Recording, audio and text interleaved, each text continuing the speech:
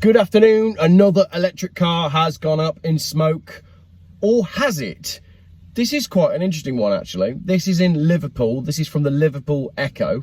Screams as electric car, and they have put it in inverted commas, explodes on driveway setting fire to the home. Let's read it through and then we'll do a little bit of detective work, because maybe electric cars aren't to blame for this one. But let's see. And hopefully by the time this video goes out, someone in the comments can confirm either which way. An electric car reportedly exploded on a driveway in a quiet residential street, setting fire to a family home. Okay, fine, we know that electric cars do this.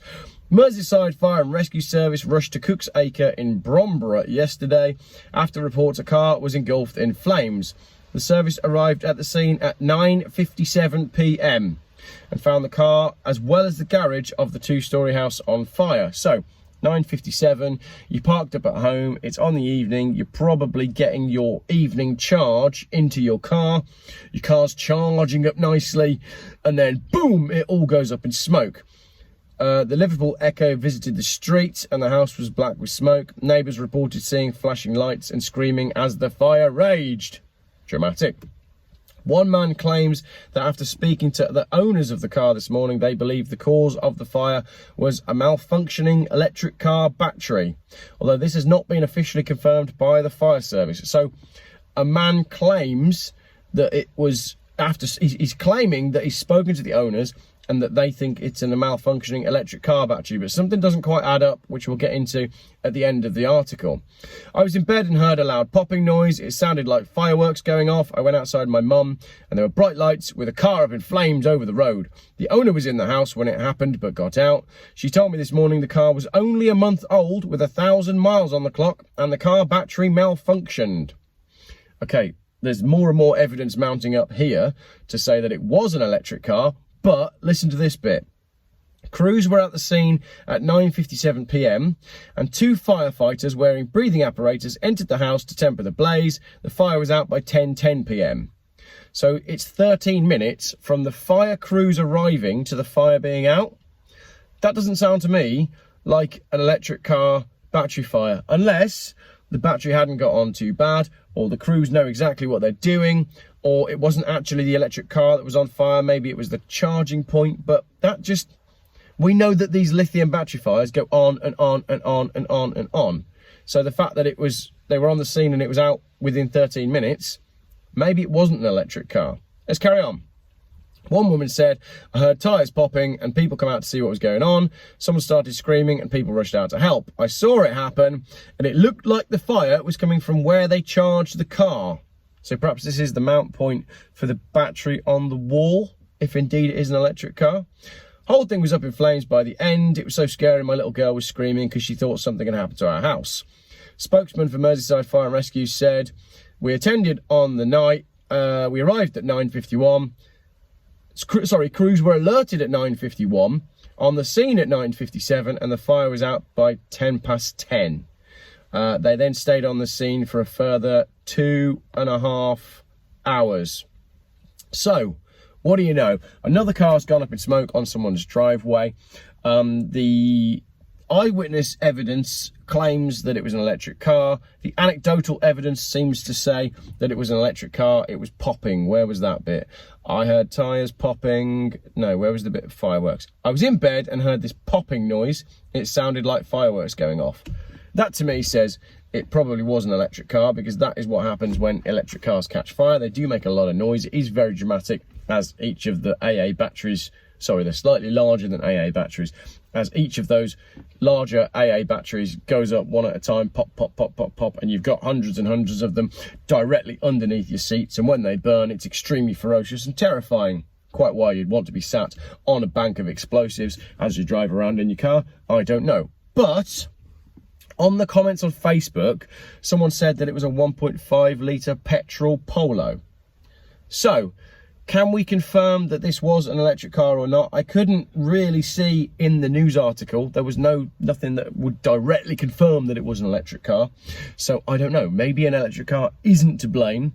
Although looking at all of the evidence that's there, I'd say that probably was an electric car. Now, what are we going to do when we have an electric car that goes up somewhere that really, really matters? Obviously, your house and your garage matters, but if the fire is confined to the garage, then that's kind of okay. What if it's a new build that's one of those new builds that's really close to all the other new builds, and it sets fire to the house, and then another house, and then another house, and then that's 3 families without a home? I mean, quite clearly there we have a family without a home. They're not going to be in that house for some time whilst all of that gets sorted out. So that's a whole lot of stress from that. Whether it's a petrol car or an electric car, that's a big deal. What are we going to do when we have an electric car fire in, let's say, I don't know, a multi-storey car park? Lots of people are contacting me saying, Geoff, they're putting charging stations on the ground floor of multi-storey car parks. Well, that would be a giant disaster. So, what do you think? I've presented the evidence. I've read the eyewitness statements. Do you think it was an electric car? I think it probably was. But what do you know? Yeah, just like the Fremantle Highway thing, the news doesn't seem to be confirming or denying whether or not it actually is an electric car, despite the fact that all the evidence seems to suggest that it was. The news headline on this one says, it is an electric car, but a lot of people in the comments are saying it wasn't. What's the news's agenda with this? Why are they reporting? On the one hand, you could say, they are reporting a lot of electric car fires, but that's not the mainstream media. That's just like the crappy little Liverpool Echo. Not even really a newspaper. It's just somewhere to sell adverts, isn't it? But there are more and more anti-EV things appearing in mainstream media.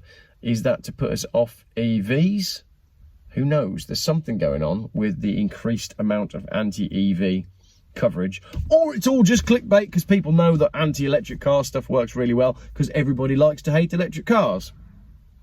And if that is the case, why is that the case? Why does everybody like to hate electric cars? Is it because they're expensive and we like to laugh at the misfortune of rich people? And if that is true, why do we like that? And if we're asking the big questions, why are these contrails staying in the sky and not dissipating? Because if it is just little ice crystals that come out the back of the engine because of the temperature differences, why do they hang around in the sky all day long and then turn the entire sky grey? Look at these. Jesus Christ, I'm going to show you. I'm going to show you because these are wild. There you go. That's what I'm looking at right now. I'll get one from outside as well. I don't know about all this stuff. All I know is, if it was ice crystals, surely they would just fade away and become part of the air, not hang around in the sky for hours and hours and hours and then blank the sun out. I mean, I'm not saying there is a plan to blank the sun out using chemicals that are sprayed from planes, but if there was, it's been going pretty well all summer. Oh, that was meant to be about electric cars and we ended up with a conspiracy theory. I'm going now, bye. I'm back. Just like I said, I'd be back. So now after filming that video, I did a bit more painting on the Renault. Look at the state of it now. Yeah, just ice crystals, isn't it?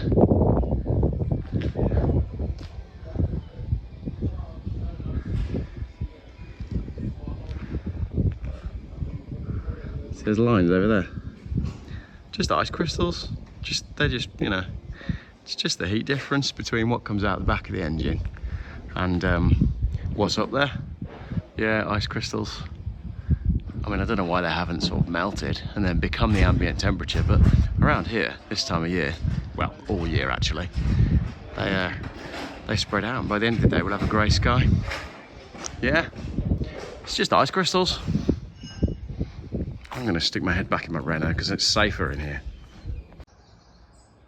And sure enough, a few hours after that footage was filmed, completely milky grey skies.